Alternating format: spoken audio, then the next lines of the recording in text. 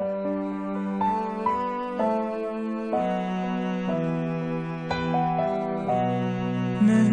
sim jong Christ open code parianga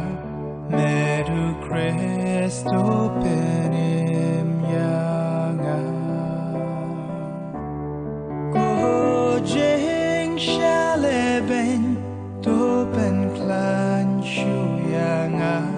Christ baba tu shashkor yanga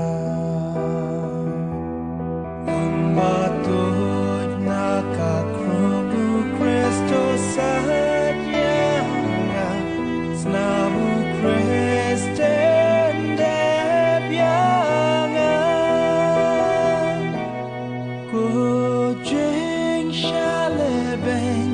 Topen klan shuyanga Kris baba tu shashkoryanga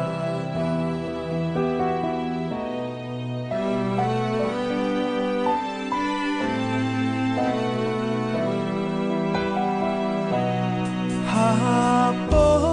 ijeng mong jong me try ngan re awat ngan klat no nami bahangan wan shan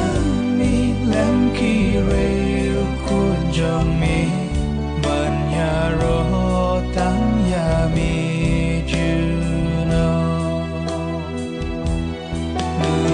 Shuru bamangku long to dayanga